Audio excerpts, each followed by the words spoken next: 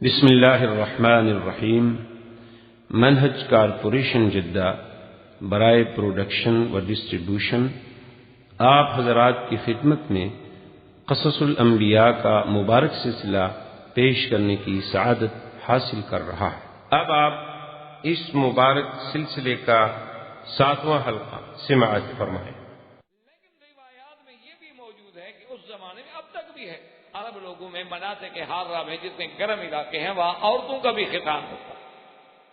اسی لیے ایک روایت میں آتا ہے کہ ام عطیہ ایک عورت تھی جو ختان کرتی تھی، تو حضور پاک نے اس کو نصیحت کی کہ تم ختان تو کرتی ہو لیکن لا تنحکی، زیادہ نیچے نہ کاٹا کرو، زیادہ گہرا زخم نہ ہو، تھوڑا سا اوپر سے معمولی سا نقصہ ہے نا احزار الزوج، تاکہ وہ خامد کے لیے عورت جو ہے اور زیادہ پسندیدہ ہو جاتی ہے۔ تو یہ کہتے ہیں کہ یہ سب سے پہلے ختان جو ہے سیدنا ابراہیم میں آیا، اور آپ کی بیوی کا بھی ختان ہوا لیکن بطور سزا کہ بی بی سارہ نے اپنا غصہ یوں پورا کر کے قسم پوری کر۔ بہرحال اللہ عالم، لیکن مردوں میں جو ختان ہے وہ تو بالکل ٹھیک ہے، سنت ابراہیم علیہ السلام، اس میں تو کوئی شک نہیں۔ اسماعیل علیہ السلام کا ختنہ، اور اول من اختتن، سب سے پہلا انسان ہے جس کا ختنہ وہ سیدنا ابراہیم، خدا کی شان۔ اور ختنہ بھی آپ کا کب؟ وہ 80 سال کے، اس وقت آپ بچے نہیں تھے، آپ کی عمر مبارک 80 سال۔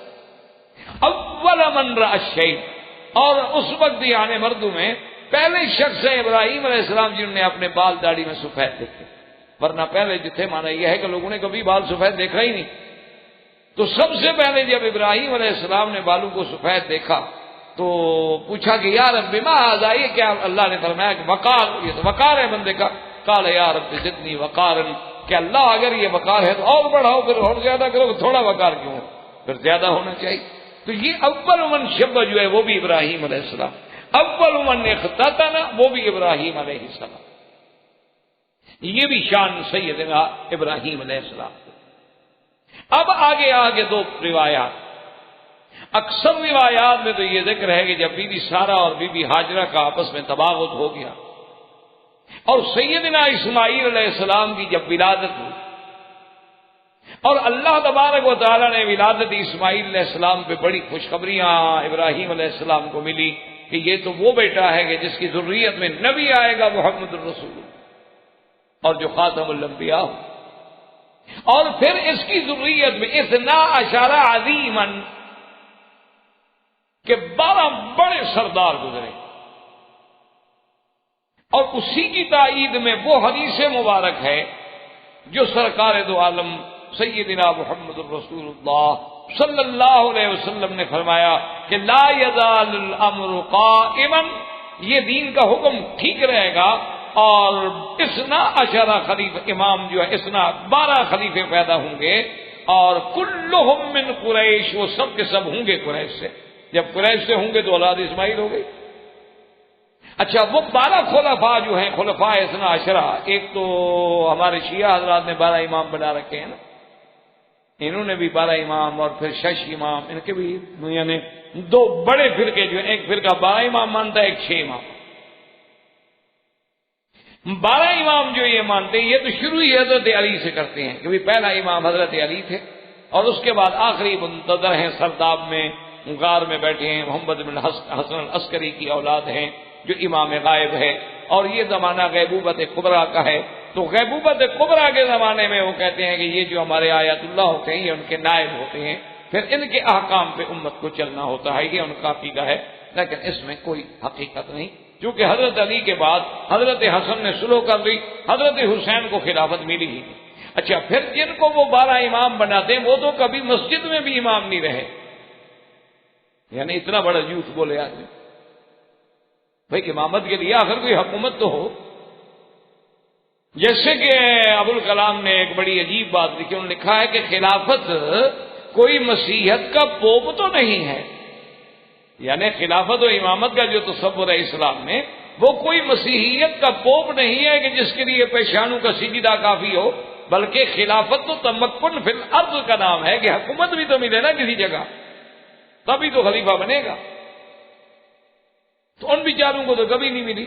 تو اصل 12 امام مراد کیا ہیں کہ حضرت ابو بکر سے شروع ہوں گے، اور حضرت حسن تک آئیں گے، پھر آگے بعض بنو العباس ہیں اور بعض بنو امیہ سے ہیں، اور اسی طرح عمر ابن عبدالعزیز ہیں۔ یہ ضروری تو نہیں کہ 12 ایک دوسرے کے ساتھ آئیں، 12 پورے ہونے ہیں قیامت سے پہلے، اور وہ تقریباً جو ہے علماء نے لکھا ہے کہ پورے ہو گئے، لیکن جو روافض کہتے ہیں وہ بات جو ہے بالکل بغیر کسی دلیل اور بغیر کسی حجت۔ اب علماء نے لکھا ہے کہ جب بی بی سارہ کا حضرت اسماعیل علیہ السلام کی ولادت کے بعد فطری بات ہے کہ ابراہیم علیہ السلام کی توجہ جو تھی وہ بی بی ہاجرہ کے ساتھ زیادہ ہو گئی کہ اب وہ بچے کی ماں بن گئی، اور پھر بچے کا ملنا، بچے کی خبر گیری کرنا، تو وہ بھی تو وقت زیادہ اسی بیوی کو ملے گا، تو اس سے بی بی سارہ کا غصہ اور تیز ہوتا گیا۔ تو اس لیے حضرت نے سوچا کہ میں اس بیوی کو اور بچے کو کہیں دور جا کے چھوڑا۔ اور بعض علماء فرماتے ہیں کہ حضرت ابراہیم علیہ السلام چونکہ اپنے بیٹے کی محبت میں آ کر، کیونکہ خلیل جو ہوتا ہے وہ تو اللہ کا دوست ہے، اور دوست تو پھر کسی اور کی محبت برداشت نہیں کرتا، اسی لیے سیدنا محمد الرسول اللہ صلی اللہ علیہ وسلم نے فرمایا کہ لو کنت متخذا خلیلا لاتخذت ابا بکر، کہ اگر میں کسی کو خلیل بناتا تو ابو بکر کو بناتا، لیکن ان صاحبکم خلیل اللہ، لیکن چونکہ میں اللہ کا خلیل ہوں تو لہذا اب دل میں وہ مقام جو اللہ کو دیا جا چکا ہے اس کے لیے کسی اور کی گنجائش نہیں۔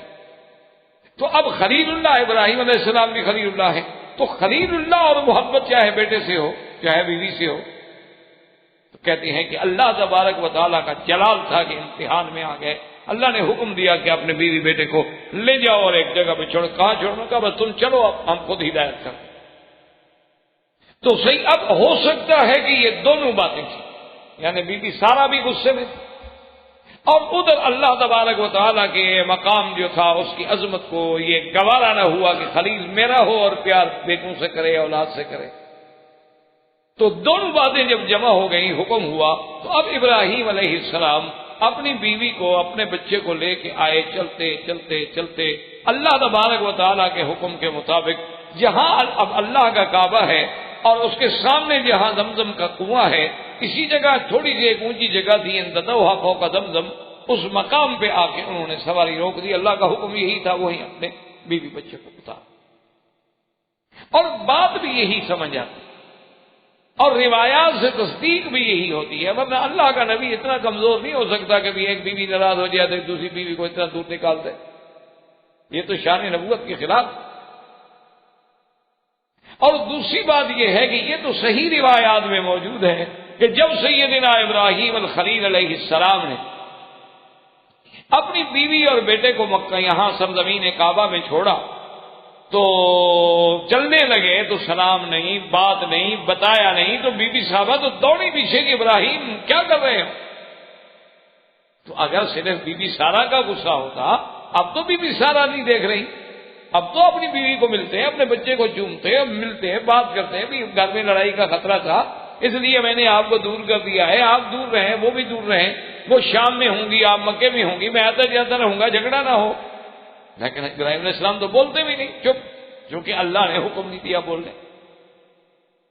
اسی لیے صحیح روایات کے اندر یہ بات موجود ہے کہ ابراہیم علیہ السلام چلتے گئے اور بی بی پیچھے دوڑتی گئی، حتیٰ کہ جنت المعلیٰ جہاں اب قبرستان ہے، تو اس مقام تک جب پہنچی، ابراہیم علیہ السلام خاموش ہیں، تو بی بی صاحبہ کھڑی ہوئی اور نے کہا کہ اللہ امرک بہذا، ابراہیم یہ تو بتاؤ تمہارا ذاتی غصہ ہے یا اللہ کا حکم ہے؟ تم جو ہمیں چھوڑ کے جا رہے ہو، وادٍ غیر ذی زرع، ایک ایسی وادی جہاں کچھ نہیں، جہاں پانی نہیں، جہاں زرع نہیں، جہاں جانور نہیں، جہاں کوئی بندہ نہیں بولنے والا، تو یہ کیا ہے؟ آپ کو اللہ نے حکم دیا ہے یا خود ناراض ہیں؟ تو اللہ نے حکم دیا کہ ابراہیم جواب دے دو، تو فرمایا کہ ہاں ان اللہ امرنی بہذا، میرے اللہ کا حکم ہے۔ تو حدیث مبارک میں آتا ہے کہ بی بی صاحبہ فوراً رک گئی، کہا اذا لا یضیعنا، کہ اگر یہ اللہ کا حکم ہے تو پھر اللہ ہمیں ضائع نہیں کریں گے، اللہ ہماری حفاظت کریں گے۔ اور بعض روایات میں یہ بھی آتا ہے کہ بی بی نے کہا حسبنا اللہ ونعم الوکیل، کہا کہ ابراہیم اب کیا ہے، ہمیں اب آپ کا کوئی فکر نہیں۔ بی بی صاحبہ واپس آ گئی، آپ کے پاس کیا ہے، ایک بچہ ہے، وہ بھی لذیذ دودھ پینے والا، اور ایک مشکیزہ ہے پانی کی، اور ایک مشکیزہ ہے اس میں کچھ ستو ہے، کچھ کھجوریں ہیں، یہ ذات راہ ہے۔ تو تھوڑا تھوڑا کر کے گزارا ہونے لگا، اور کتنے دن تک وہ پانی چل سکتا تھا، آخر وہ پانی جو تھا ختم ہو گیا۔ اب جب پانی ختم ہو گیا، کان اسماعیل یا تلبتو، روایت میں آتا ہے کہ اسماعیل علیہ السلام پلٹیاں کھانے لگے پیاس۔ یہ واقعات پڑھ لینا یا کسی سے سن لینا تو کوئی ایسی بات نہیں، ضرورت اس بات میں ہے کہ اس میں تفکر کریں کہ وہ کیا وقت ہوگا کہ اس کعبۃ اللہ میں نہ عمارت ہے نہ کعبہ ہے، اور سب سے بڑی بات یہ ہے کہ میلوں تک کالے کالے پہاڑ ہے، کوئی بندہ نہیں، ایک اکیلی عورت بیٹھی ہو، کیا مقام کیا ہوگا، اس پہ گزری کیا ہو۔ اسی پہ ذرا آپ تصور کریں نا جی، آپ اپنے فلیٹ میں ہوتے ہیں، بچے چلے جائیں نا تو کئی دن تک بندے کو نیند نہیں آتی، اکیلا سو رہا ہے بندہ، 2 دفعہ آدمی چیک کرتا ہے بھی دروازے بند ہیں، لاک ہیں، کیا ہیں، اب اکیلا سو رہا ہوں، بھائی انسان ہے، سو گیا، پتہ نہیں کیا ہوگا۔ تو سیدہ ہاجرہ کا مقام عظمت دیکھیں کہ ایک اکیلی عورت ہے، ایک دودھ پینے والا بچہ ہے، اور اللہ پہ کتنا بڑا یقین۔ یہ تو دین کے لیے عورتوں کی قربانیاں تھیں۔ اسی لیے اب آپ ہم دیکھ لیں کہ بھی ہم حج پہ آتے ہیں، کیا ہماری بیٹیاں، ہماری بہنیں، ہمارے گھر والے لوگ، ہمارے عزیز و اقارب، کیا وہ عورتیں بھی اتنی مشقت برداشت کرنے کے لیے تیار ہیں اس کعبۃ اللہ کے لیے، اس گھر کے لیے، اس حج کے لیے، اس دین کے لیے؟ اتنا بڑا امتحان جو اٹھایا جا رہا ہے، کوئی بات تو نہیں آسان سی۔ اب بیٹا تڑپ رہا ہے، پانی کوئی نہیں، آپ بتائیں کہ جناب ایک عورت کہاں جائے، اور پھر اولاد ہے۔ تو سب سے قریب ترین پہاڑ جو تھا وہ جبل صفا، تو بی بی صاحبہ دوڑ کے صفا پہ چڑھی کہ دور کہیں نظر ڈالوں، شاید کوئی اڑتے ہوئے پرندے نظر آ جائیں۔ اچھا، بعض پرندے خاص ہوتے ہیں جو خاص طور پہ پانی کی جگہ پہ اڑتے ہیں، اور وہ عرب لوگ پہچانتے ہیں کیونکہ صحراؤں کے رہنے والے لوگ ہیں کہ شاید کوئی پرندہ نظر آ جائے، یا کوئی قافلہ گزرتا ہوا قدرت سے نظر آ جائے اور ان کے پاس پانی ہو تو میرا بچہ بچ جائے۔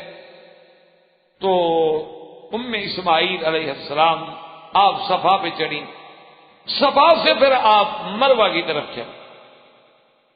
اب صفا اور مروہ کے درمیان میں جہاں انہوں نے سبز بتی کا نشان لگا دیا ہے، یہ جگہ تھی نیوی۔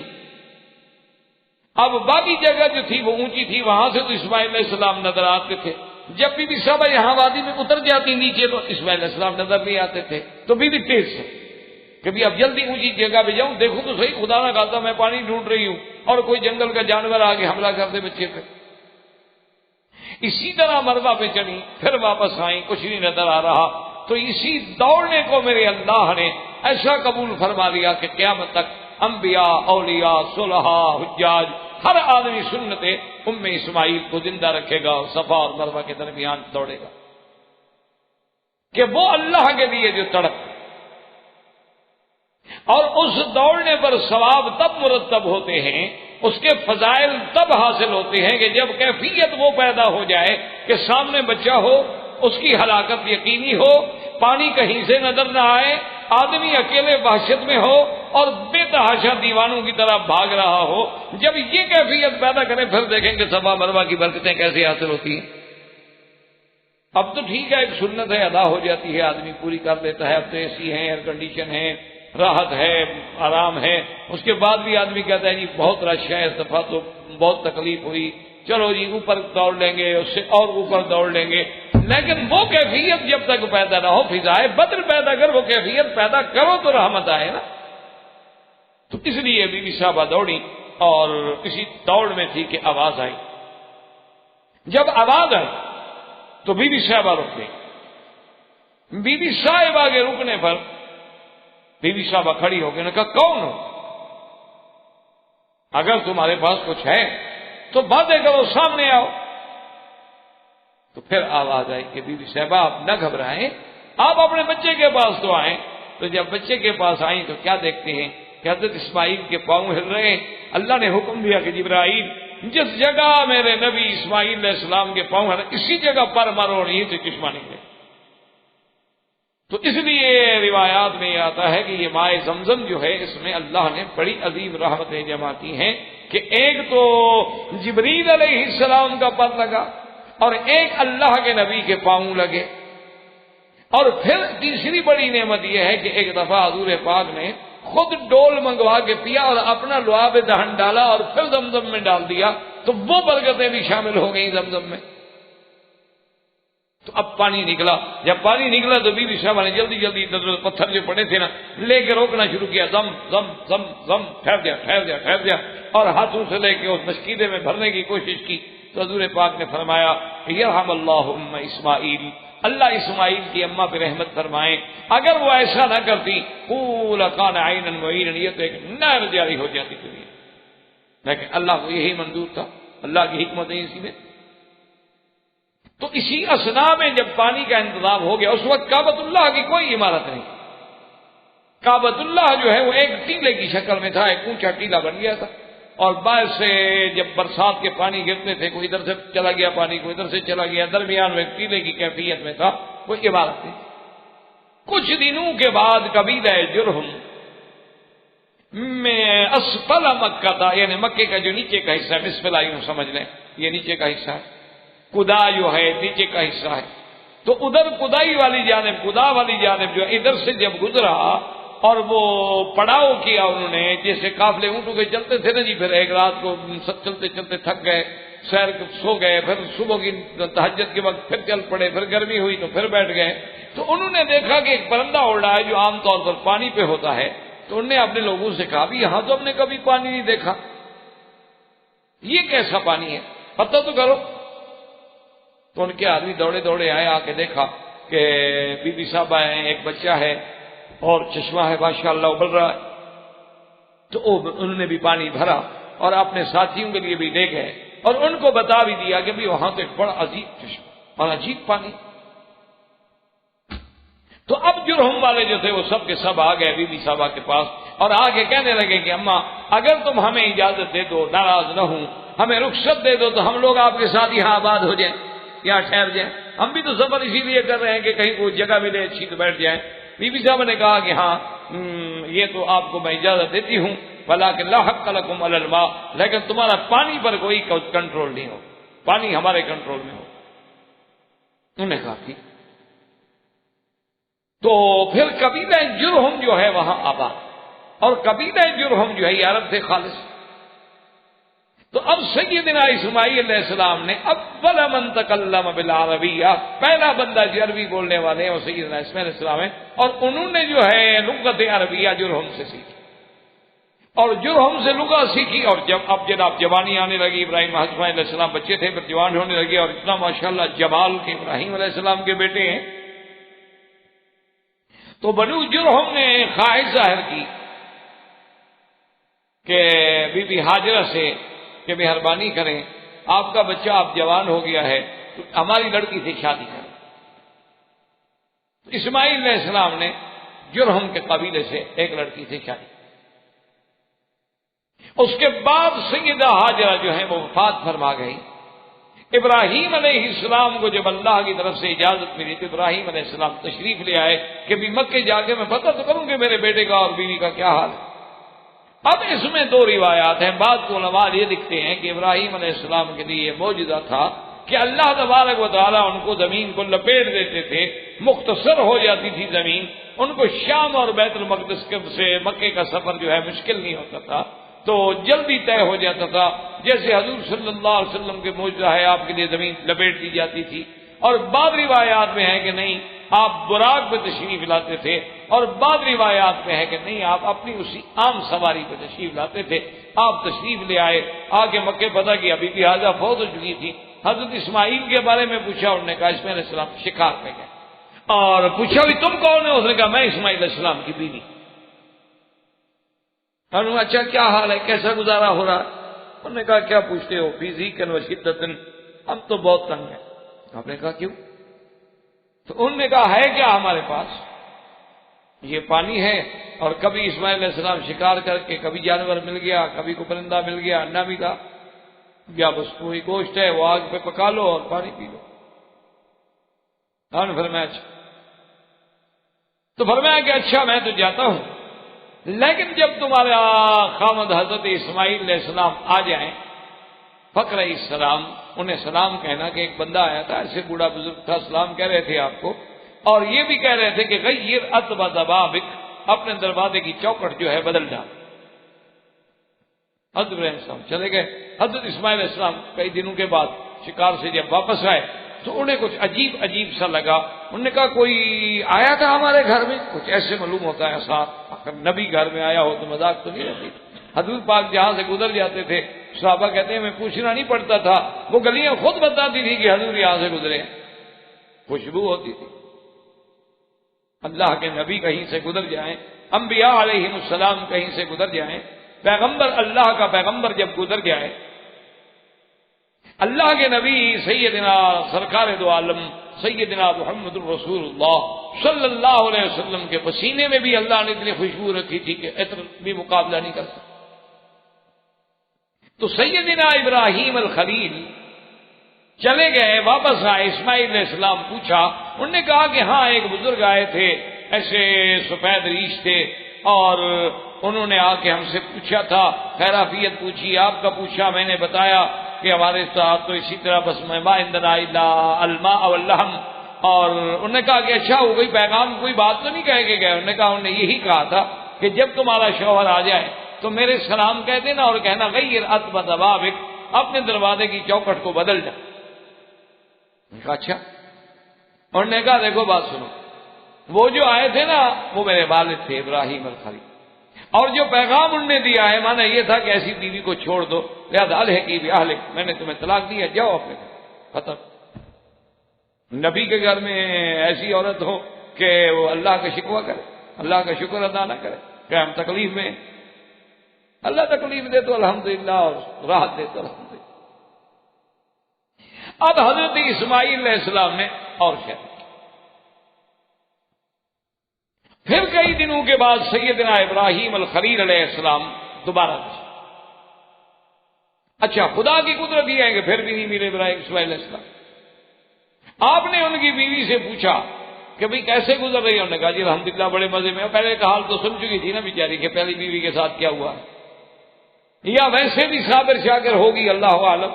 انہوں نے کہا ہم تو بڑے مزے میں ہیں جی، ماشاءاللہ تازے گوشت ملتے ہیں، زمزم کا پانی ہمیں ملتا ہے، اور کیا چاہیے؟ تو آپ نے کہا کہ اچھا جب اسماعیل آئیں میرے سلام کہنا اور کہنا ثبت اتبا دبابک، اس دروازے کی چوکٹ کو سالم رکھو، اور تھوڑا دور آ کے آپ نے دعا مانگی کہ اللہم بارک لہم فی مائہم ولحم، کہ یا اللہ ان کو پانی میں اور گوشت میں برکت عطا فرما۔ حضور صلی اللہ علیہ وسلم نے فرمایا کہ لو کان الحب، اگر اس وقت بھی یہ گندم یا روٹی کا مسئلہ بھی ہوتا تو ابراہیم کی دعا لگ جاتی، لیکن اس وقت تھا ہی گوشت اور پانی، تو ابراہیم علیہ السلام نے صرف گوشت اور پانی کے لیے دعا کی۔ اس لیے علماء نے لکھا ہے کہ دنیا کے کسی ملک میں کسی بندے کو گوشت اور پانی اتنا موافق نہیں آ سکتا جتنا مکے میں آ، یعنی آپ کسی اور ملک میں چلے جائیں، آپ 2 مہینے رات دن گوشت کھائیں تو انشاءاللہ آپ پھر دیکھیں کیا ہوتا ہے۔ یہاں 10 سال کھاتے رہیں کچھ نہیں ہوگا۔ ابراہیم علیہ السلام کی دعا ہے۔ اب سیدنا ابراہیم علیہ السلام پھر چلے گئے، پھر تیسری دفعہ جب ابراہیم علیہ السلام آئے، ان اسماعیل یبری نبلا، آپ بیٹھے ہوئے تیر بنا رہے تھے۔ اب حضرت ابراہیم علیہ السلام نے دیکھا تو پھر آپ کو پتا ہے کہ والد اور ولد میں، اور والد بھی خلیل اللہ ہو اور بیٹا بھی اسماعیل ہو تو کس محبت سے وہ ملے ہوں گے، اور وہ جو وقت لقاء ہوگا وہ کیا حال ہوگا۔ بڑی ملاقات کے بعد، خوش ہونے کے بعد ابراہیم علیہ السلام نے فرمایا کہ بیٹا اللہ کی حکمتیں ہیں، یہ سب اللہ کا حکم ہے، اور اب اللہ نے ہمیں حکم دیا ہے کہ اس جگہ خدا کا گھر بنا۔ حضرت اسماعیل علیہ السلام نے کہا ابا جان بالکل، جو چاہیں جو حکم ہو ہم تعمیل کرنے کے لیے تیار۔ تو بنا کعبہ جو ہے سیدنا ابراہیم الخلیل علیہ السلام نے، اب بعض کتابوں میں آتا ہے کہ انہوں نے اللہ سے سوال کیا کہ اللہ میاں مجھے تو نہیں پتا نا کہ کعبہ شریف کتنا طول ہے، کتنا عرض ہے، کتنا چوڑا ہے، کتنا، تو میں کہاں بناؤں؟ یہ تو ٹھیک ہے کہ وہ جگہ موجود ہے، ٹیلا موجود ہے، کیونکہ وہ تو ابراہیم علیہ السلام سے پہلے موجود ہے۔ حضرت آدم علیہ السلام نے سب سے پہلے یہاں جو ہے خیمہ مارا، خیمہ گاڑا کعبۃ اللہ کی جگہ پر، پھر آہستہ آہستہ یہاں ایسے گول قبہ بنا، پھر عمارت بنی لیکن چھت نہیں ہوتی تھی. کئی ادوار گزرے اللہ کے کعبے پر. تو کعبۃ اللہ والی عظمت جو ہے اللہ کے گھر کی وہ تو موجود تھی. اس لیے ابراہیم علیہ السلام جب بچوں کو بٹھا رہے ہیں اس وقت بھی یہی کہا تھا نا کہ انی اسکنت من ذریتی بواد غیر ذی زرع عند بیتک المحرم. تیرے حرمت والے گھر کے پاس، گھر تو تھا لیکن عمارت نہیں تھی.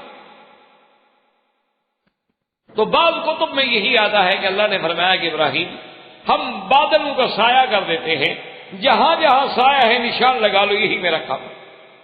اور اس کے بعد اب حضرت ابراہیم علیہ السلام نے اور اسماعیل علیہ السلام نے مل کے بنا کعبہ شروع کی، جس کو قرآن نے ذکر کیا ہے کہ وَإِذْ يَرْفَعُ إِبْرَاهِيمُ الْقَوَاعِدَ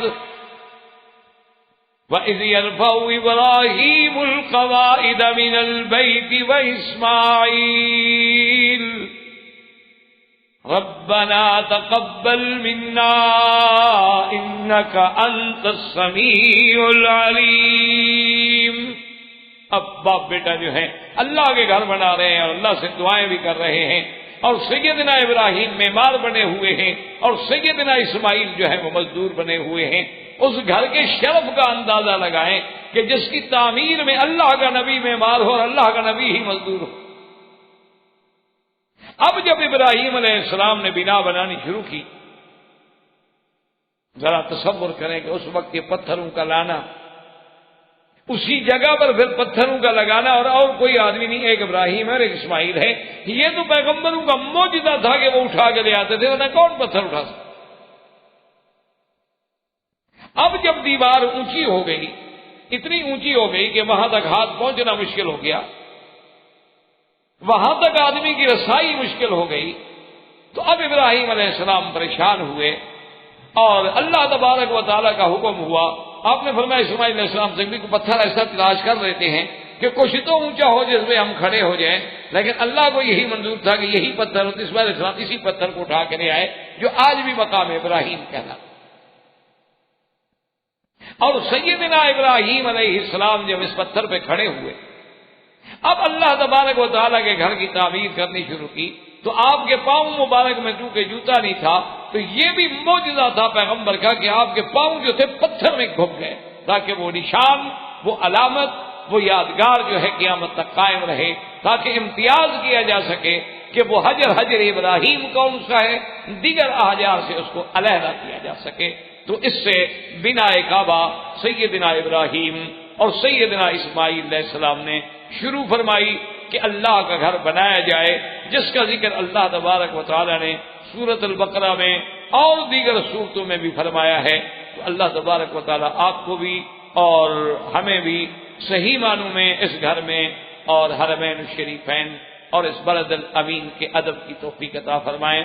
وصلی اللہ تعالی علی خیر خلقہ سیدنا محمد وعلی آلہ وصحبہ اجمعین. برادران اسلام، واجب الاحترام بزرگوں، دوستوں، بھائیوں، عزیز نوجوانوں، الحمدللہ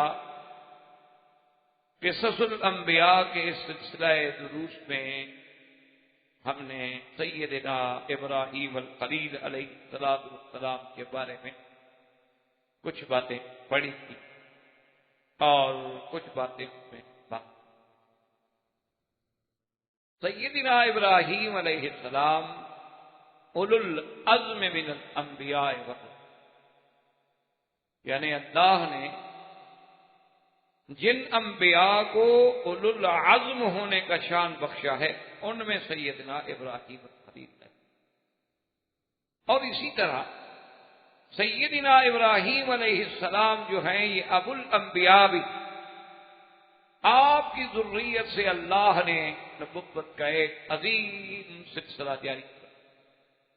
اور سیدنا ابراہیم علیہ السلام وہ پیغمبر ہیں کہ جن کو اللہ نے اپنے خلیل ہونے کا اعزاز کیا.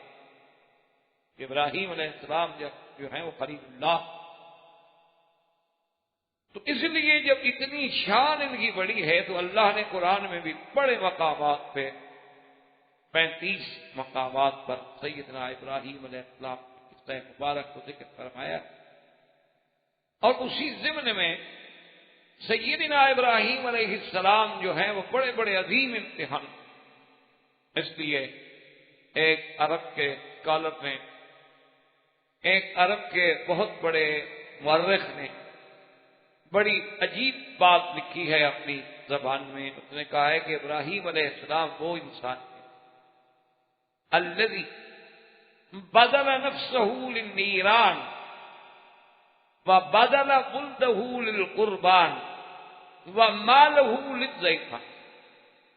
انہوں نے کہا کہ سیدنا ابراہیم ان لوگوں میں کہ جس نے اللہ کے لیے اپنے نفس کو تو آگ کے لیے بھی پیش کر دی، اپنے بیٹے کو ذبح کے لیے پیش کر دیا، اور اپنے مال کو ضیف اور مہمانوں کے لیے پیش کر دیا، جس نے سب کچھ لٹا دیا اللہ. تو ہم اس مقام پہ تقریباً پہنچے تھے جہاں تک مجھے یاد ہے کہ سیدنا ابراہیم علیہ السلام اپنے بچوں کو جب چھوڑ گئے اور 2 دفعہ تشریف لے آئے، اور اسماعیل علیہ السلام کی والدہ فوت ہو گئیں. اب اسماعیل علیہ السلام جوانی کی طرف بڑھے تو اللہ کے حکم سے ابراہیم علیہ السلام جب دوبارہ تشریف لے آئے تو انہیں بنا کعبہ کا اللہ کے گھر بنانا. اب اس وقت مکہ کچھ آباد ہو چکا تھا، قبیلہ جرہم وہاں مستقل رہائش پذیر ہو چکا. سیدنا اسماعیل علیہ السلام کی ان سے قرابت بھی ہو گئی، رشتہ داری بھی ہو گئی، آپ نے عربی بولنا بھی انہیں سے سیکھا. اب جب اسماعیل علیہ السلام کے پاس ان کے ابا سیدنا ابراہیم الخلیل علیہ السلام تشریف لائے، اس وقت ہے جب آپ کی بیوی یعنی ہاجرہ، کیونکہ سیدنا اسماعیل جو ہیں یہ بی بی ہاجرہ کی، اور سیدنا اسحاق جو ہیں وہ بی بی سارہ کے بعد اللہ نے حکم دیا کہ میرے گھر کی تعمیر. اب مفسرین کرام نے لکھا ہے کہ پھر اس گھر کے بارے میں چونکہ سیدنا ابراہیم علیہ السلام کو تو پتہ ہی نہیں تھا، ایک ٹیلہ تو یہاں موجود تھا، وہ تو حضرت نوح علیہ السلام کے زمانے میں جب طوفان آیا تب بھی کعبۃ اللہ ایک ٹیلے کی شکل میں موجود تھا، اور وہ کشتی جو ہے تقریباً 41 دن تک طواف کرتی رہی اللہ کے کعبے کا. اور جب حضرت آدم علیہ السلام تشریف لائے تو ایک کبے کی شکل میں جیسے خیمہ لگاتے ہیں آپ نام، اس طرح کا ایک خیمہ انہوں نے بھی بنایا، کعبۃ اللہ کی علامت کے اللہ کا گھر ہے. لیکن اس سے پہلے بھی اللہ کے حکم سے فرشتے اس گھر کو بنا چکے تھے. اس گھر کی تعمیر میں کئی ادوار گزرے. اللہ کے حکم سے فرشتوں نے بنایا، پھر آدم علیہ السلام نے بنایا، پھر ادریس علیہ السلام کے زمانے میں کعبۃ اللہ کو بنایا گیا، اور پھر یہ ختم ہو گیا طوفان نوح میں. پھر ایک ٹیلہ تھا سیدنا ابراہیم علیہ السلام کے زمانے میں تعمیر ہوا. سیدنا ابراہیم علیہ السلام کی تعمیر کے بعد پھر زمانہ قریش میں جبکہ سرکار دو عالم صلی اللہ علیہ وسلم کی عمر 25 سال تھی، اس وقت بھی کعبۃ اللہ تعمیر ہوا. پھر حضور صلی اللہ علیہ وسلم کے بعد عبداللہ ابن الزبیر جب مکے پہ حاکم بنے تو انہوں نے حضور کی تمنا کے مطابق پھر کعبۃ اللہ کی تعمیر کی.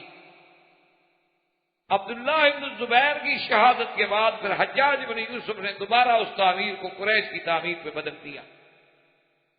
باقی جہاں تک مرمت کا تعلق ہے وہ تو ہر دور میں ہوتی رہی، جیسے اب بھی ماشاءاللہ اس حکومت کے رشیدہ کے دور میں بھی بڑی زبردست کی اندر سے اور باہر سے اور حتیب سے اور دروازہ مبارک اور چھت مبارک یعنی بے انتہا کام ہوا. تو اللہ نے جب حکم دیا تو سیدنا ابراہیم علیہ السلام نے اس وقت کعبۃ اللہ بنایا. اور آپ تصور کریں کہ اس وقت کعبۃ اللہ کا معمار، معلم، مستری، انجینئر جو بھی سمجھ رہے وہ صرف سیدنا ابراہیم ہیں، اور مزدور کون ہے؟ اسماعیل. یعنی اس گھر کی عظمت کا اندازہ لگائیں کہ جہاں اللہ کے پیغمبر، اللہ کے نبی جو تھے وہ معلم بھی تھے، مزدور بھی. اب مسئلہ یہ تھا کہ ابراہیم علیہ السلام کو کعبۃ اللہ کے طول عرض کا عمق کا پتہ نہیں تھا کہ بھی کتنا طول ہو، کتنا عرض ہو، کہاں تک کعبۃ اللہ گیا تھا. وہ تو ایک ٹیلہ تھا، سیل آتی تھی اور مٹی کٹھی ہوتی گئی ایک ٹیلہ بن گیا. اب اس کے بارے میں تاریخ میں 2 باتیں آتی ہیں، کسی حدیث مبارک میں تو ذکر نہیں، اور نہ ہی اللہ تبارک و تعالیٰ نے قرآن مقدس میں اس کا ذکر کیا ہے. مقصود ہی نہیں، مقصد تو صرف یہ تھا کہ ابراہیم علیہ السلام نے کعبہ بنایا بس. اب اللہ کا قرآن ان تفاصیل میں تو نہیں جاتا نا کہ وہ کعبۃ اللہ جو بنا تو اس کا طول کیا تھا، اس کا عرض کیا تھا، اس کی اونچائی کیا تھی، اس کے دروازے کتنے تھے، اس میں کن کن پہاڑوں کا پتھر لگایا گیا، پتھر کتنے لمبے تھے، چوڑے تھے. کوئی اس میں اس بات کی ضرورت ہی نہیں، تو اس لیے قرآن ان چیزوں کو ذکر ہی. قرآن صرف ایک اشارہ دیتا ہے کہ ہم نے حکم دیا اور ابراہیم اسماعیل نے ہمارا گھر بنایا، بس۔ البتہ تاریخ جو ہے اور اسرائیلیات جو ہیں، کتب سابقہ جو ہیں، ان میں یہ بات ملتی ہے، اور اس میں دو چیزوں کا ذکر ہے کہ جب سیدنا ابراہیم نے دعا مانگی کہ یا اللہ آپ نے حکم دیا میرا گھر بناؤ، کیسے بنے؟ مجھے تو پتہ نہیں آپ کا گھر چولہا کیا۔ تو کہتے ہیں کہ خدا کی قدرت سے وہاں ایک اژدہا یعنی بڑا سانپ کعبۃ اللہ کے اس وسط میں اس ٹیلے پہ ظاہر ہوا، اور اس نے جا کے پورا خط کھینچ دیا۔ آپ دیکھیں نا، جب سانپ چلے تو نیچے نشان تو بن جاتا ہے، پورا اس نے جا کے ایک دائرہ کھینچ دیا، تو اشارہ ہو گیا کہ یہی جگہ ہے، اسی پہ تعمیر کریں۔ اور دوسری روایت میں یہ آتا ہے کہ اللہ تبارک و تعالیٰ نے بادلوں کو حکم دیا، سحاب کو حکم دیا کہ اتنی جگہ پہ سایہ، اور ابراہیم علیہ السلام کو حکم دیا گیا کہ جہاں جہاں سایہ ہے وہاں نشان لگا دو، بس یہ میرا گھر ہے۔ اور یہ بات اقرب بھی ہے، اس لیے کہ سرکار دو عالم صلی اللہ علیہ وسلم سیدنا محمد الرسول اللہ صلی اللہ علیہ وسلم کی صفات میں، آپ کی شان مبارک میں جہاں اور باتوں کا ذکر ہے، وہاں یہ بات بھی ملتی ہے کہ آپ پر بادل سایہ کرتے تھے۔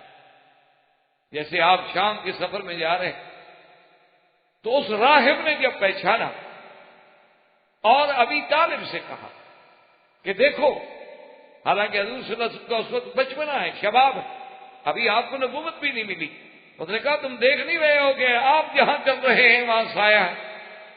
اور حضور صلی اللہ علیہ وسلم جب ایک درخت کے نیچے آ کے بیٹھے تو آپ سے پہلے چونکہ ساتھی بیٹھ چکے تھے اور سائے والی جگہ سب دوستوں نے قبضہ کر لی تھی، تو حضور اس جانب بیٹھ گئے جہاں دھوپ تھی، کسی ساتھی کو تکلیف نہیں دی کہ بھئی تم اٹھ جاؤ یا میرے لیے جگہ بناؤ۔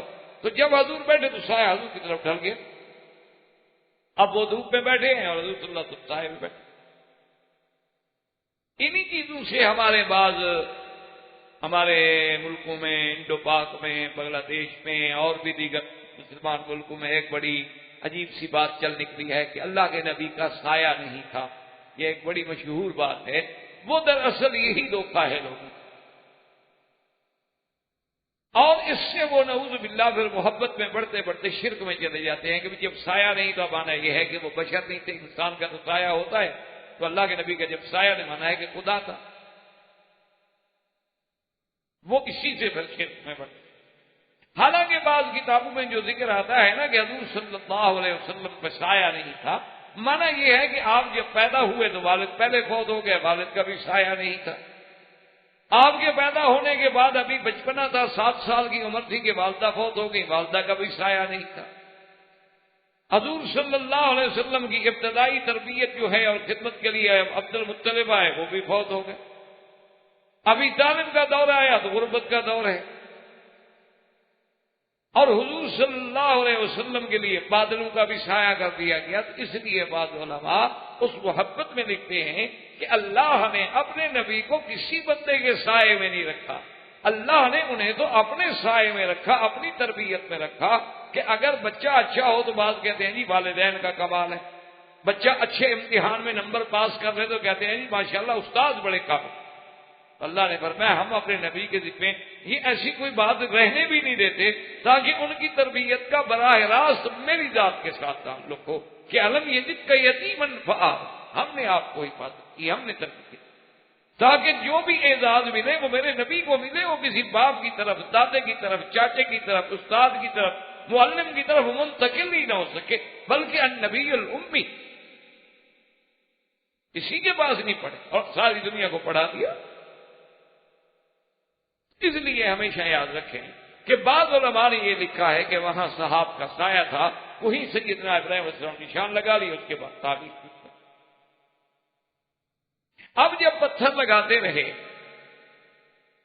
اور یہ بھی بعض روایات میں ملتا ہے کہ اس میں جو ہے کعبۃ اللہ میں مختلف پہاڑوں سے پتھر لائے گئے، جیسے جبل کہتے ہیں زیتا ہے، جبل سینا ہے، جبل جودی ہے، جبل لبنان ہے، جبل کعبہ ہے، لیکن یہ ساری باتیں اسرائیلی روایات سے ملتی ہیں.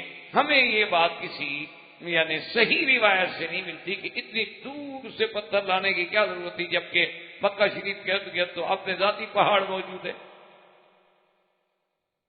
اور نہ کسی دور میں ایسا پتھر دیکھا گیا ہے کہ جی اس میں سنگ مرمر لگایا گیا ہو، یا سنگ ساماک لگایا گیا ہو، یا سنگ احمر لگایا گیا ہو، یا کوئی خاص ٹھنڈا پتھر لگایا گیا. عام سادہ پتھر ہے جو آپ دیکھتے ہیں جب ایام حج میں غلاف مبارک اٹھ جاتا ہے سامنے ظاہر واضح سب دیکھ رہے ہوتے ہیں، آپ بھی دیکھتے ہیں، آپ بھی دیکھتے ہیں. اور بڑے بڑے پتھر ہیں، ان کی یعنی پیمائش بھی برابر نہیں، کوئی بڑا ہے کوئی چھوٹا ہے، کوئی بڑا ہے کوئی چھوٹا ہے. لاگی کیا. تو جب سیدنا ابراہیم الخلیل علیہ السلام نے اس کعبۃ اللہ کی بنا کی، تو جب تھوڑا سا وہ پہاڑ اونچا، کعبۃ اللہ کی دیواریں اونچی ہو گئی، تو اب سیدنا ابراہیم الخلیل علیہ السلام جو ہیں وہ یعنی پتھر نہیں پہنچا سکتے تھے. تو آپ نے فرمایا حضرت اسماعیل سے کہ بھائی کوئی پتھر تلاش کرے.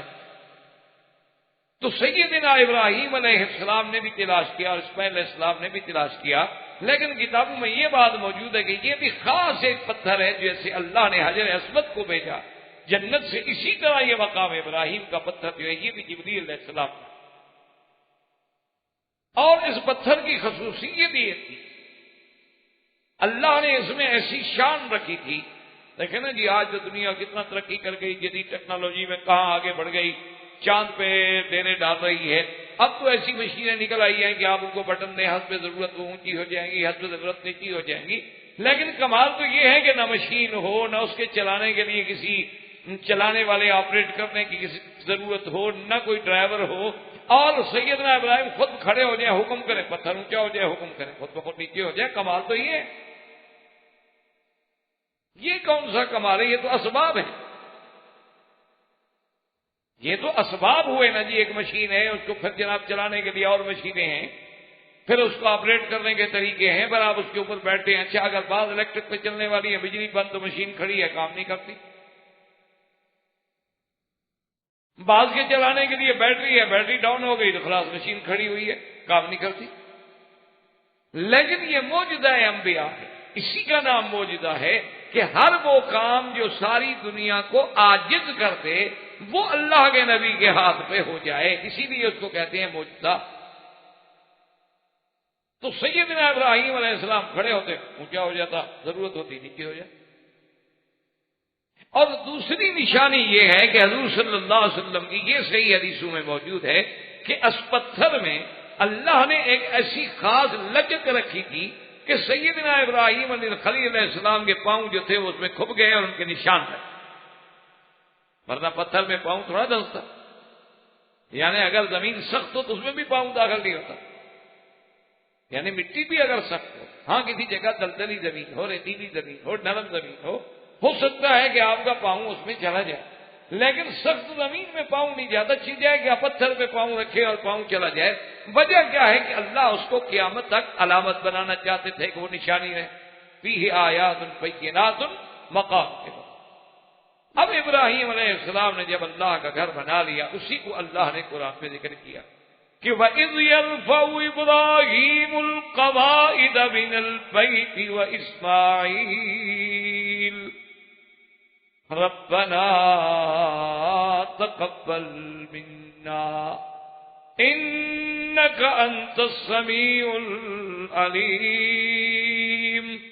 جب ابراہیم علیہ السلام اسماعیل مل کے اس قواعد اس کی بنیادیں اٹھا رہے تھے اور ساتھ دعا کر رہے تھے کہ ربنا تقبل منا، کہ اے پروردگار ہماری اس محنت کو قبول فرما.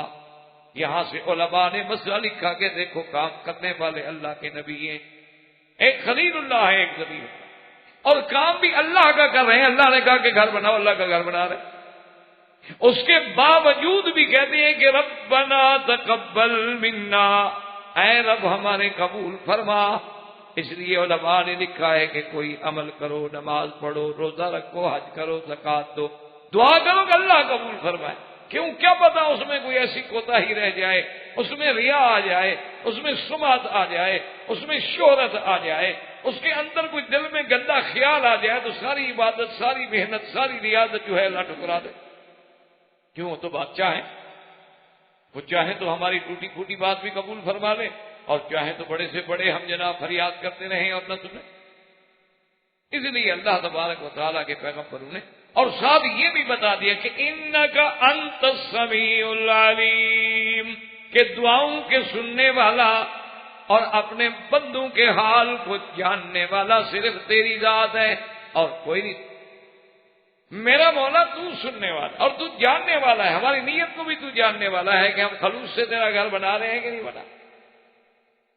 تو جب سیدنا ابراہیم الخلیل علیہ السلام نے گھر بنایا تو اسی دور میں آپ کو حجر اسود کے بارے میں حکم ہوا کہ تلاش کریں، کیونکہ حجر اسود کے بارے میں صحیح روایات یہ ہیں کہ یہ حضرت آدم علیہ السلام کے ساتھ جنت سے لایا، اور جب حجر اسود آیا ہے جنت سے تو اتنی روشن تھا اور اتنی چمک تھی جیسے سورج میں چمک. حدیث مبارک میں آتا ہے کہ سب بدت ہو خطایا بنی آدم، آدم کے بیٹوں کے گناہوں نے اس کو بھی سیاہ. اسی لیے آپ دیکھیں گے قیامت والا دن کافروں کے چہرے سیاہ، کیونکہ سب سے بڑا گناہ تو کفر و شرک ہے. اس سے بڑا گناہ کیا ہوگا؟ یوم تبیض وجوہ وتسود. اسی طرح گناہ جو ہے، معصیت جو ہے، اس کا دل پہ سیاہ نقطہ لگا. اسی طرح گناہوں کے اثرات، اسی طرح نیکی کے بھی اثرات ہیں. آپ نے دیکھا ہوگا کہ بعض لوگ بالکل سیاہ فام ہیں، سوڈانی ہیں، حبشی ہیں، افریقی ہیں، کسی ملک کے ہیں، بالکل سیاہ رنگ ہے، موٹے موٹے نقوش ہیں، لیکن کثرت ذکر سے اور کثرت عبادت سے اور اللہ تبارک و تعالیٰ کے ذکر سے ان کے چہرے پہ ایسی کشش ہوتی ہے کہ بندے کا دل کرتا ہے کہ میں اس کے پاس بیٹھوں. بعض آدمی بڑے خوبصورت ہوتے ہیں لیکن طبیعت میں نفرت آ جائے. یہ اللہ کی کوئی وجہ کیا اثرات ہے؟ دیکھو نا، کہیں آگ جلے تو گرمی تو آئے گی، اور کہیں اگر آپ جناب کوئی ایئر کنڈیشن چلائیں تو ٹھنڈک تو آئے گی. اتنی بات ہے، اثرات تو آئیں گے. تو اگر ان چھوٹی موٹی چیزوں کے اثرات آتے ہیں تو اللہ کے ذکر کے اثرات کیسے نہیں آتے؟ لیکن یہ چیزیں اصل میں پریکٹیکل ہیں، یہ کہنے سے نہیں سمجھتے. یہ آپ کو لاکھ ہم کہتے رہیں یا اور کوئی کہتا رہے سمجھ نہیں آئے گی. آپ یعنی کلمہ طیبہ جو ہے لا الہ الا اللہ یا صرف لفظ اللہ، اس میں ذات جو ہے، اس کا ذرا 8-10 دن اکیلے بیٹھ کے ذرا ذکر کر کے دیکھیں کہ اور اس کے بعد پھر مجھے بتائیں کہ طبیعت میں کتنی حدت اور شدت اور کتنی گرمی پیدا ہوئی ہے. ابھی آپ کو کوئی کہہ رہی ہے اللہ اللہ کرنا تھی، یار کیا گرمی ہوگی، مولوی عجیب آدمی کیا کہہ رہا ہے، پتہ دماغ ٹھکانے بھی ہے یا آج کوئی پرزہ ڈھیلا ہو گیا ہے. لیکن میں تو آپ کو تجربے کی دعوت کر رہا ہوں، میں آپ کو مسئلہ نہیں بتا رہا. اللہ کے بڑے مزے، لیکن جو آ کے چکھ لے، یہ چکھنے کی چیزیں ہیں. اب سامنے ایک میٹھی چیز رکھی ہو، میں لاکھ تعریف کروں، کیسے پتہ؟ جب تک آپ چکھیں گے نہیں تو کیسے فیصلہ ہو؟ تو یہ جب اللہ تبارک و تعالیٰ کے ذکر کی، اللہ والے ضرب لگاتے ہیں نا اس دل پر جو گندگی اور گناہوں سے بھرا ہوا ہے، اور اس کی جب کثرت ہوتی ہے، اور اس کا یعنی ایسے لوگ تو اب بھی موجود ہیں جو 1 لاکھ 1.5 لاکھ 2 لاکھ کا ذکر روز کر لیتے ہیں، اور پھر جب اس میں اور ترقیاں ہوتی ہیں تو پھر مدارج ہی اور ہیں. لیکن آپ صرف 8 دن کر کے تجربہ کر دیکھیں، پھر دیکھیں کیا حال ہے. آپ جناب ایسے یکدم یعنی ایسے پریشان ہو جائیں گے کہ 4 ایئر کنڈیشن کمرے میں لگا تو آپ کہیں گے اب بھی گرمی ہو رہی. کیوں؟ اللہ کے ساتھ ہے، اس میں ساتھ اس کے اثرات ہے. جلالہ ہے، جل جلالہ، جل شانہ، عز برہانہ. جو لوگ محسوس کرتے ہیں آپ کعبۃ اللہ میں جائیں تو عظیم ایک اللہ کے جلال اور عظمت، اور اگر مدینہ منورہ میں جائیں تو آپ کو ایک جمال محسوس ہوگا. اچھا، وہی لوگوں میں بھی اثر ہے. مدینہ منورہ کا جو اصل آدمی ہوگا نا، جو مدنی النسل ہوگا اور مدنی الاصل ہوگا، وہ کبھی آپ سے ناراض نہیں ہوگا، بڑے پیار سے بات کرے گا. اور جو یہاں کا اصل ہوگا نا، جو ایسے بات کرے کہ اس کا براہ راست اللہ سے تعلق ہے، تمہیں سمجھتا کیا ہے؟ اس سے بات کرو تو معلوم ہوگا کہ بالکل غصہ تو اس کے ناک میں رکھا ہو. یہ کچھ اثرات ہوتے ہیں، اور یہ باتیں کہنے سے نہیں آتی بلکہ عملی تجربے سے. تو سیدنا ابراہیم علیہ السلام کو حکم دیا گیا کہ حجر اسود کو ڈھونڈیں. تو روایات میں آتا ہے کہ یہ جو ساتھ جبل ابی قبیس ہے، اسی پر اللہ نے اس کو محفوظ کر دیا تھا۔ اب سیدنا ابراہیم اور اسماعیل علیہ السلام ڈھونڈ رہے ہیں، کیسے ڈھونڈیں، کیا پتہ لگے بھی جب حجر اسود کون سا ہے، آواز آئی کہ بھی میں تو ادھر ہوں، کہاں ڈھونڈ رہے ہیں؟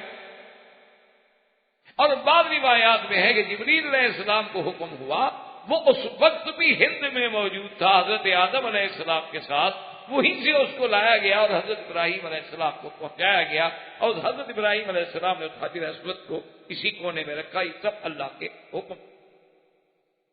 اور سیدنا ابراہیم علیہ السلام نے جب اس گھر کو بنا لیا، جب یہ گھر مکمل ہو گیا، اس کے بعد اللہ تبارک و تعالیٰ نے انہیں حکم دیا کہ ابراہیم الخلیل اب اعلان کر دو اور خبر کر دو پورے عالم کو کہ میں اللہ کا گھر بن گیا ہے اور اللہ کے گھر میں حج کے لیے آؤ۔ تو سیدنا ابراہیم الخلیل نے عرض کیا کہ مولا کریم، میں اگر یہاں کھڑے ہو کے آواز دوں گا تو میری آواز کون سنے گا؟ یہ تو ایسی ایک چھوٹی سی آبادی ہے، اور کہاں تک میری آواز جائے؟ آج جدید سائنس کو بڑا ناز ہے نا کہ جی ہم نے دیکھو ٹیلی فون کے ذریعے، موبائل کے ذریعے، ہم نے ڈش کے ذریعے، ہم نے سمندر کی لہروں کے ذریعے، ہم نے فضاؤں کے ذریعے دیکھو کہاں کی آوازیں کہاں پہنچا دی ہیں۔ تو یہ تو سارے اسباب ہیں۔ آج اگر تمہارا ایک اسٹیشن فیل ہو جائے، آج راستے میں تمہارا کوئی ایک راڈار کام چھوڑ دے، آج راستے میں تمہارا لگا ہوا کوئی ایک ٹاور جو ہے وہ کام کرنا چھوڑ دے، تو سارے سلسلے ختم، وہ تو محتاج ہے۔ اسی لیے تو جدید ملکوں میں بھی آپ دیکھیں گے جب بارش آتی ہے سارے سسٹم جو ہے ان کے طرف برہم ہو جاتے، کچھ ہی نہیں کر سکتے، کیا کریں؟ کوئی نظام۔ اچھا، وہ جن کو محکمہ موسمیات 8 دن پہلے بتلا رہے ہوتے ہیں کہ آنے والے ویک میں یہ ہوگا اور یہ ہوگا اور یہ ہوگا اور یہ ہوگا، ان کی اتنے معلومات کے باوجود یہ عالم ہوتا ہے کہ پوری ریاستیں طوفان میں ڈوب جاتی ہیں، لوگ مر رہے ہیں، ڈوب رہے ہیں، کچھ نہیں کر سکتے۔ لیکن اللہ نے حکم دیا کہ خلیل میرا حکم ہے، پکارنا تمہارا کام ہے، آواز کا پہنچانا تو یہ تو ہمارے ذمہ ہے، آپ کے ذمہ تو نہیں۔ وَأَذِّن فِي النَّاسِ بِالْحَجِّ يَأْتُوكَ رِجَالًا وَعَلَىٰ كُلِّ ضَامِرٍ يَأْتِينَ مِنْ كُلِّ فَجٍّ عَمِيقٍ لِيَشْهَدُوا مَنَافِعَ لَهُمْ۔ اللہ نے فرمایا اعلان کرو لوگوں میں۔ سیدنا خلیل نے آواز دی۔ مفسرین کرام نے لکھا ہے کہ مختلف روایات سے یہ بات ملتی ہے کہ آپ کی آواز کو اللہ نے ایسی برکت دی کہ شرقاً غرباً شمالاً جنوباً، بلکہ وہ بچے جو ابھی ماں کے بطن میں تھے وہاں بھی اللہ نے آواز پہنچائی، اور سب نے جواب میں کہا لبیک اللہم لبیک لبیک لا شریک لک لبیک۔ اور یہ بات بھی کتابوں میں موجود ہے کہ جس نے ندائے خلیل پہ ایک دفعہ کہا لبیک، اللہ نے ایک حج نصیب کر دیا، جس نے 2 دفعہ کہا 2 دفعہ نصیب ہوا، جس نے 100 دفعہ کہا اللہ نے اس کو 100 دفعہ نصیب کر دیا۔ آپ دیکھیں تصور میں نہیں ہوتا آدمی کے اللہ یہاں بھیج دیتے حج کر رہا ہے مزے سے، تصور میں بھی نہیں ہوتا بندے کے یعنی کہ میں کبھی حج کر سکوں گا، لیکن اللہ بلا کے مکے بٹھا جب آؤ جی بیٹھو مزے۔ بڑے سے بڑے آدمی اس اطمینان سے، اس آرام سے حج نہیں کر سکتے جیسے مکے میں رہنے والا کر لے۔ اپنی گاڑی ہے، رات کو نکلا، صبح نکلا، کسی وقت چلا گیا، کہیں جا کے کھڑا ہو گیا، کہیں بیٹھ گیا، کھانا سامان سارا گاڑی میں پڑا ہوا ہے، کھا رہا ہے، پی رہا ہے، کپڑا لٹکایا بیٹھ گیا، سایہ بنایا بیٹھا ہوا مزے۔ تو اب بنا خلیل جو ہے، بنا کعبہ جو ہے سیدنا ابراہیم خلیل علیہ السلام نے کی، اور خدا کی شان کہ اللہ نے معمار کعبہ کو یہ عظمت بھی بخشی کہ آسمانوں میں بھی اپنے کعبے کے برابر بٹھا کہ جب معراج کی رات حضور پاک گئے ہیں تو سیدنا ابراہیم علیہ السلام جس گھر کے ساتھ ٹیک لگا کے بیٹھے ہوئے تھے تو آپ نے پوچھا کہ یہ کیا ہے؟ تو حضرت جبریل نے عرض کیا کہ آپ محمد صلی اللہ علیہ وسلم یہ اللہ کا کعبہ ہے، بیت المعمور ہے، جیسے زمین میں کعبہ ہے آسمانوں میں بھی کعبہ، اور وہ کعبہ اگر اللہ اتار دے تو اس کعبے کے اوپر آ کے بیٹھے گا، یعنی کہ یہی کعبہ ہے جو آسمانوں کا۔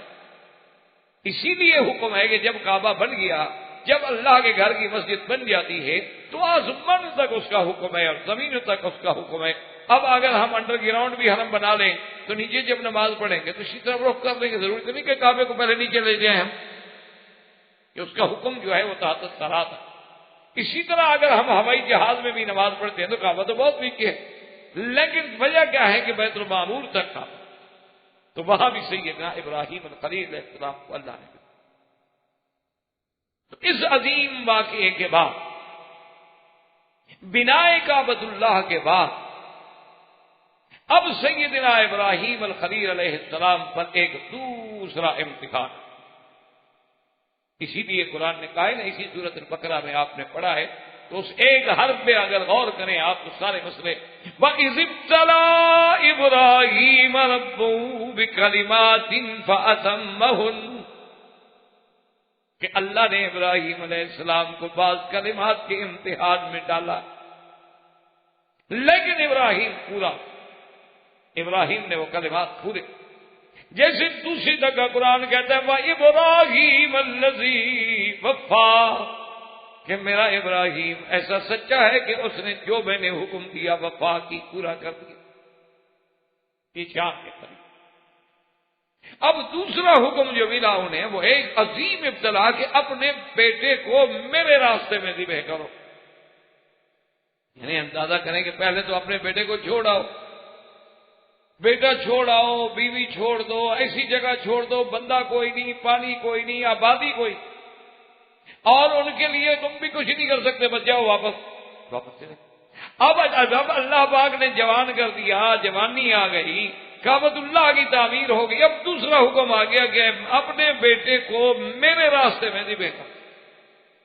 اور وہ حکم کیسے آیا کہ براہ راست حکم بھی نہیں دیا گیا بلکہ خواب۔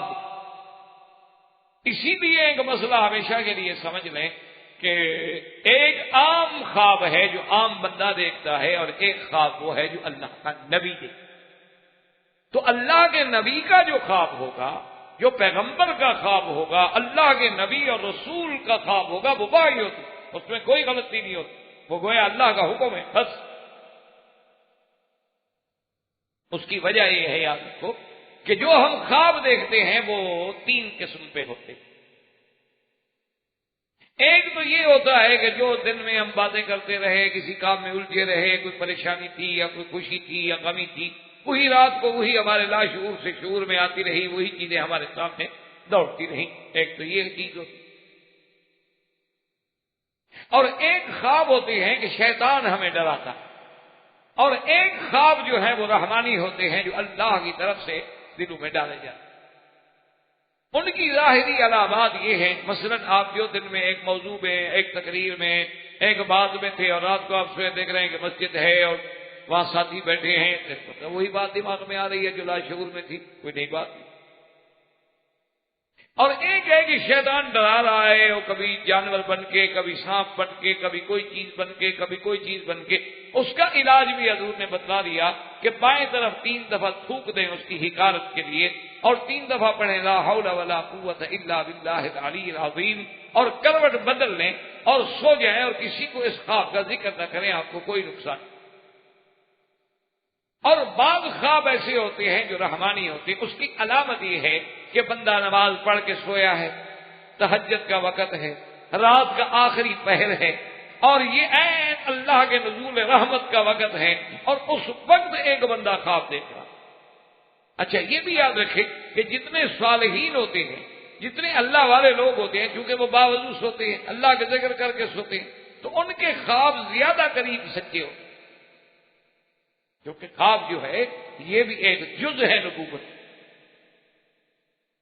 اچھا اب جہاں پیغمبر کا مسئلہ، تو اللہ کے نبی کو تو شیطان دخل دے نہیں سکتا، تو اب لا محالہ ان کا تعلق رحمان سے ہوا، تو ان کے دماغ میں جو بات ڈالیں گے تو رحمان ڈالیں گے، جب رحمان ڈالیں گے تو وحی ہوگی۔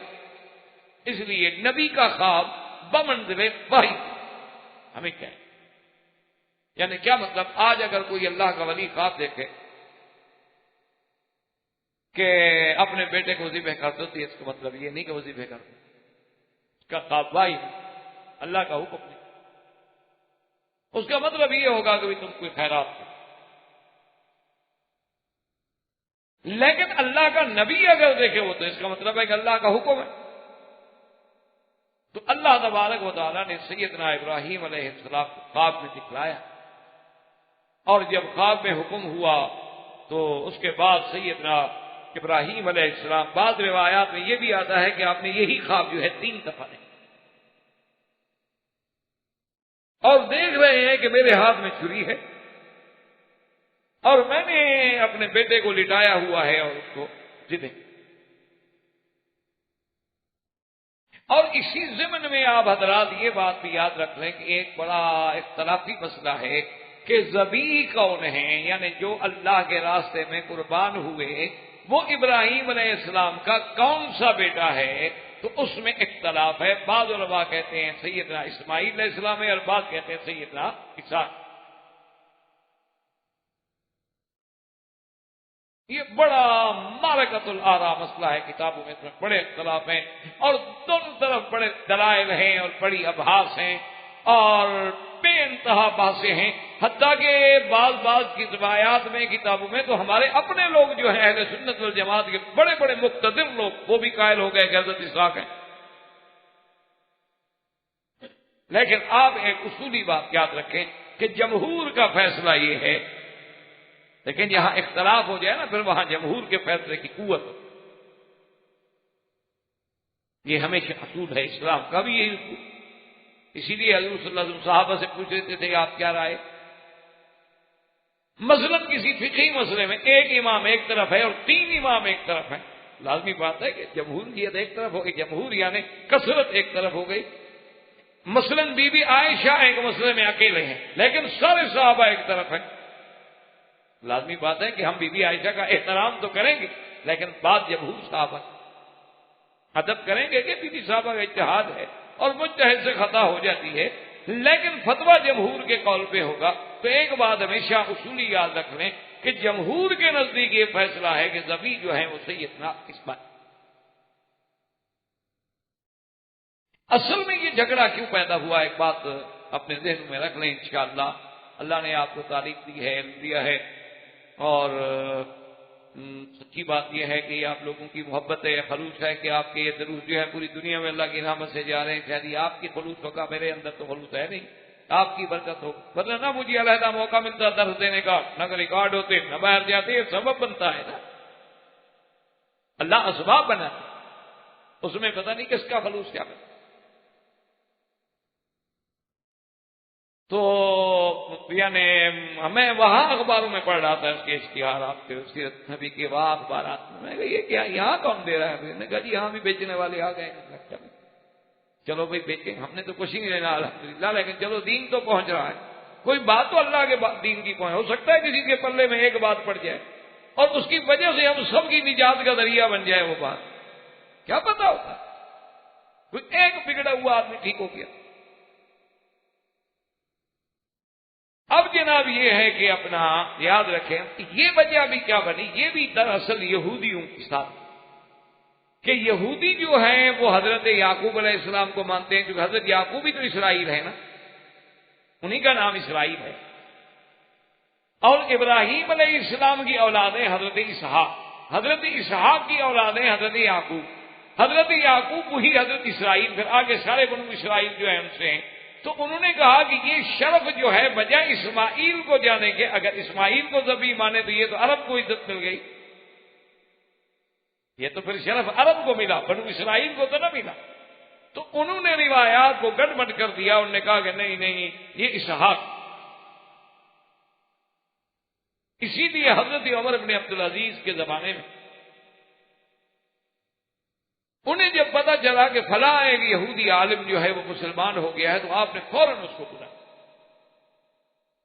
آپ نے کہا بھی چونکہ تم عالم ہو، ان کے بہت بڑے یعنی راہب ہو اور اللہ نے تمہیں اسلام بھی نصیب کر دیا ہے، مجھے تو ایک صحیح بات بتا دو کہ ذبیح کون ہے، اسحاق ہے یا اسماعیل ہے؟ انہوں نے کہا حضرت صحیح بات جو ہے وہ ذبیح حضرت اسماعیل، لیکن یہود یہ نہیں چاہتے تھے کہ یہ شرف اور یہ عزت جو ہے عرب کو ملے، وہ چاہتے تھے کہ یہ شرف بھی ہمارے سے۔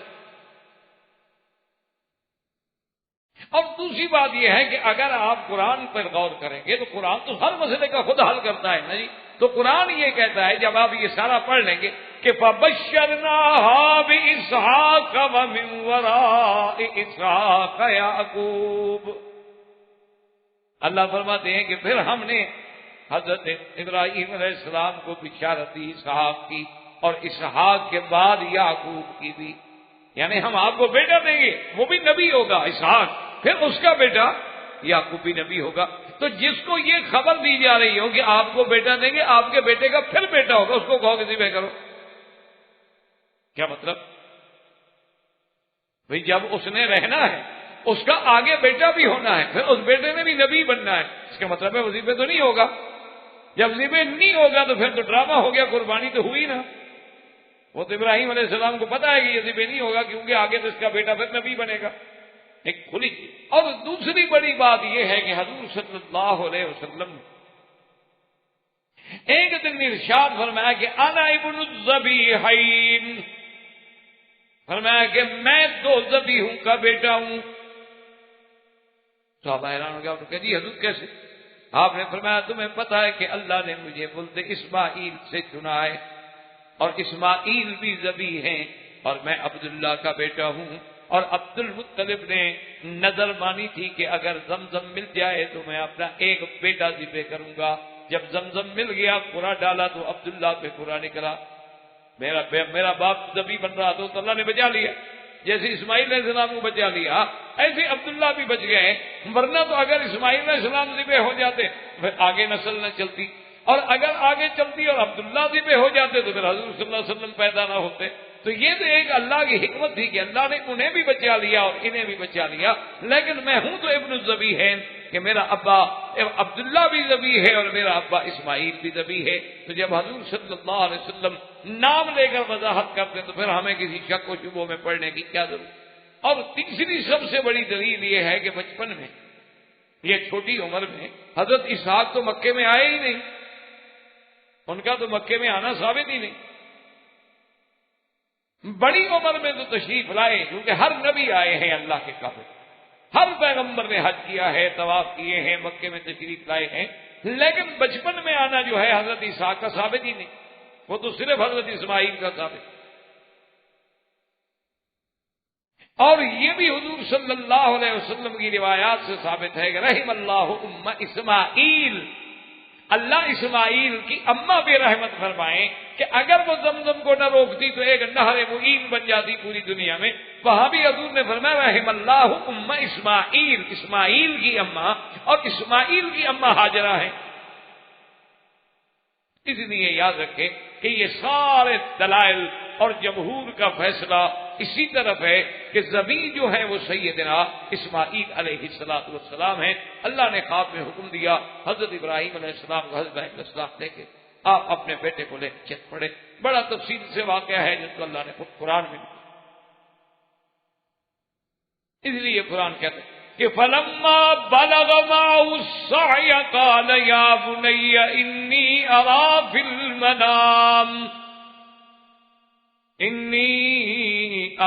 الْمَنَامِ أَنِّي أَذْبَحُكَ فَانظُرْ مَاذَا تَرَىٰ۔ اللہ فرماتے ہیں کہ جب اسماعیل جوان ہو گئے، جب اسماعیل کام کاج کے قابل ہو گئے، ساتھ چلنے کے قابل ہو گئے، دوڑنے کے قابل ہو گئے، آپ اپنے بیٹے کو لے کے تشریف لے گئے، اور اس کے بعد اپنے بیٹے سے خطاب فرمایا کہ یا بنی انی ارا فی المنام انی اذبحک، مجھے خواب دکھلایا گیا ہے، صاف بتا کہ میرے بیٹے مجھے خواب میں یہ دکھایا کہ انی اذبحک، میں تمہیں ذبح کر رہا ہوں، فانظر ماذا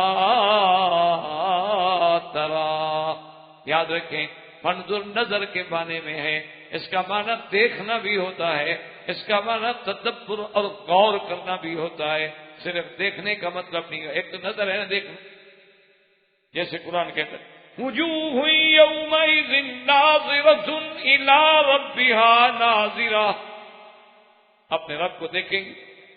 اور ایک قرآن کہتا ہے افلا ينظرون الى الابل کیف خلقت، اور دوسری جگہ قرآن کہتا ہے فلینظر الانسان مما خلق، اور تیسری جگہ کہتا ہے فلینظر الانسان الى طعامه انا صببنا الماء صبا، اور کہیں قرآن کہتا ہے اولم ینظروا، کیا تم تدبر نہیں کرتے، غور نہیں کرتے، دیکھتے نہیں؟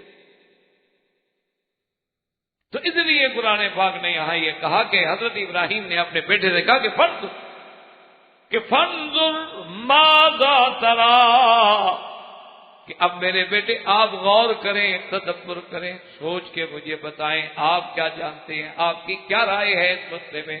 کیونکہ حضرت ابراہیم الخلیل علیہ السلام یہ نہیں چاہتے تھے کہ قہرن اپنے بیٹے کو ذبح کر دیں۔ یہ کوئی بات تو نہ ہوئی، بہتر ہے کہ میں آپ کی رائے لیں، اور آگے تو نبی کا بیٹا ہے، ہمارا بیٹا تو انبیاء۔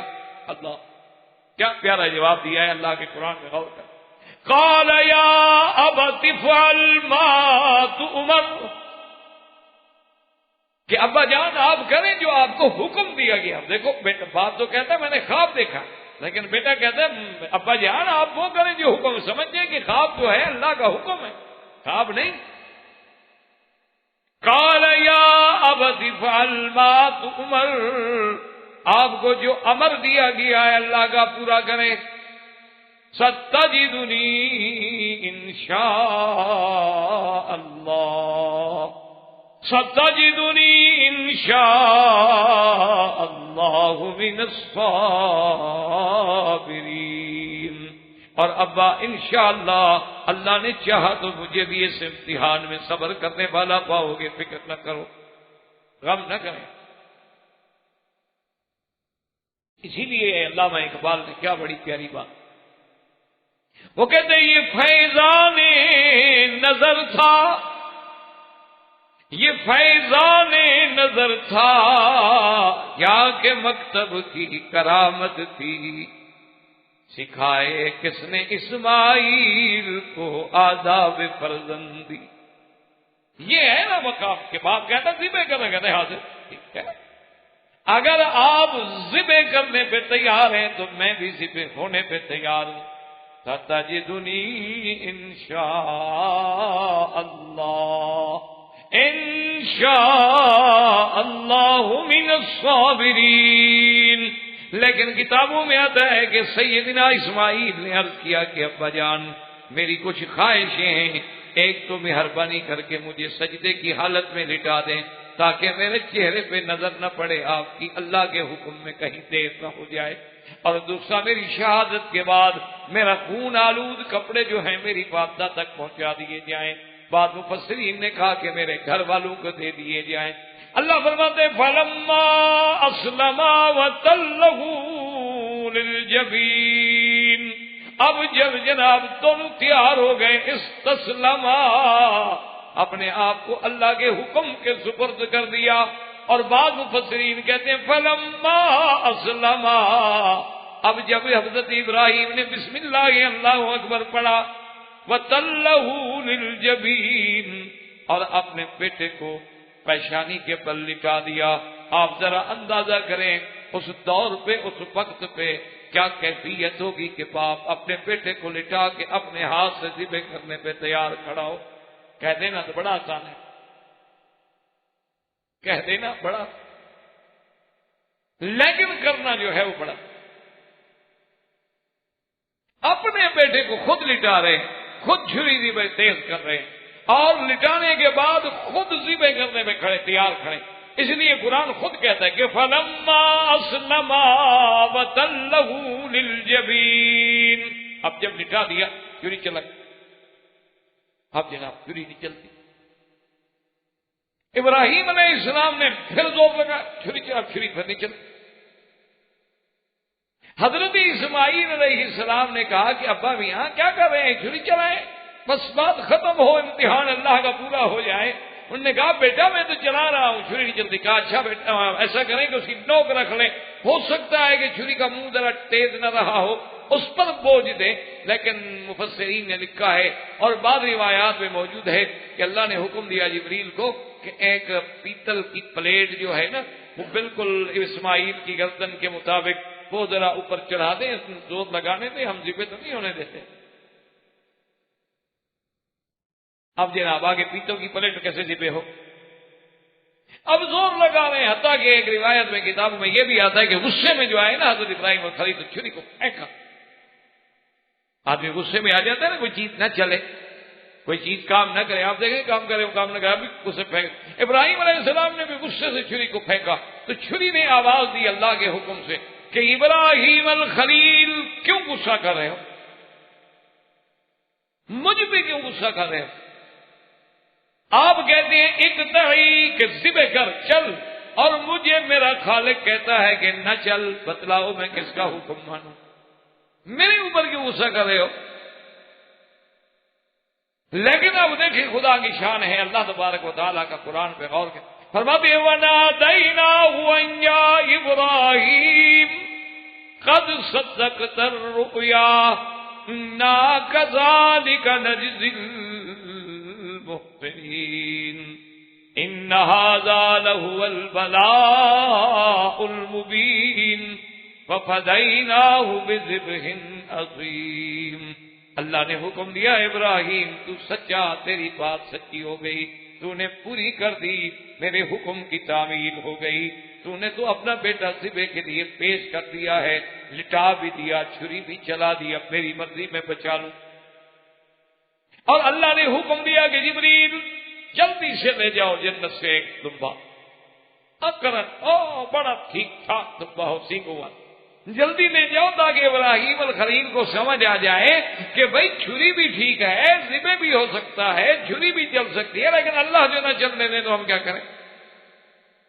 اس لیے اللہ تبارک و تعالیٰ نے فرمایا وَفَدَيْنَاهُ بِذِبْحٍ عَظِيمٍ، ہم نے بہت بڑی قربانی جنت سے بھیجی جس کو ابراہیم علیہ السلام نے اپنے ہاتھوں سے ذبح کیا۔ اور یہ بھی روایات میں موجود ہے کہ اس کے سینگ جو تھے وہ کعبۃ اللہ کے اندر رکھے رہے زمانے تک۔ ایک دفعہ حضرت آقا انعامدار صلی اللہ علیہ وسلم نے حضرت عثمان کو بلایا، طلحہ 6 بجے کے پاس چابی تھی کعبۃ اللہ کی، فرمایا میں جب کعبۃ اللہ کے اندر گیا ہوں تو وہاں اس جانور کے سینگ رکھے ہوئے ہیں، مجھے بات بھول گئی، ان پہ کپڑا ڈال دو تاکہ اندر جا کے نماز پڑھنے والوں کا خیال جو ہے ادھر نہ رہے۔ تو وہ سینگ بھی محفوظ کر دیے گئے تاکہ یاد قربانی جو ہے اسماعیل علیہ السلام کی یادگار رہے، اور اللہ نے اس کے بدلے میں جنت سے مینڈا بھجوایا جو ذبح ہوا، اور اسماعیل علیہ السلام کی قربانی قبول ہو گئی۔ اور یاد رکھیں کہ یہی سنت ہے جو قیامت تک بنی۔ اسی لیے جب حج میں ہم قربانی کرتے ہیں، صحابہ نے پوچھا کہ حضور یہ کیا؟ فرمایا سنت ابیکم ابراہیم، یہ آپ کے ابا ابراہیم کی سنت ہے۔ اللہ اس منظر کو ایسا قبول فرمایا ہے کہ وہ قیامت تک زندہ رکھنا چاہتا۔ اور اسی طرح وہ سینگ جو تھے، اور ایک روایات میں یہ بھی ہے کہ کافی عرصے تک وہ کعبۃ اللہ کے اندر رہے، اور پھر میزاب رحمت کے ساتھ ان کو باقاعدہ لٹکا بھی دیا گیا، معلق بھی کر دیا گیا، لیکن خدا کی قدرت ہے کہ بڑی مدتوں کے بعد، زمانے کے بعد اللہ کے کعبے میں آگ لگی، اور جب وہ آگ لگی تو اس میں جہاں غلاف مبارک جل گیا، اندر جو خزانہ تھا وہ جل گیا، تو اس میں وہ جو قرن محفوظ چلے آ رہے تھے، قربانی کے سینگ چلے آ رہے تھے، وہ بھی محفوظ نہ رہ سکے۔ تو اللہ تبارک و تعالیٰ نے سیدنا ابراہیم الخلیل علیہ السلام پر ایک تو اتنا بڑا امتحان کہ اپنے اولاد کی ذبح کا بھی حکم فرمایا۔ اسی لیے میں نے عرض کیا تھا نا کہ انہ بدل نفسہ للنیران وبدل ولدہ للقربان وبدل مالہ للضیفان۔ تو یہ شان تھی سیدنا ابراہیم الخلیل علیہ السلام کی۔ وما علینا الا البلاغ وآخر دعوانا الحمدللہ رب العالمین۔ احباب کرام، اس کے بعد اب آپ اس مبارک سلسلے کی CD نمبر 8 سماعت فرمائیں۔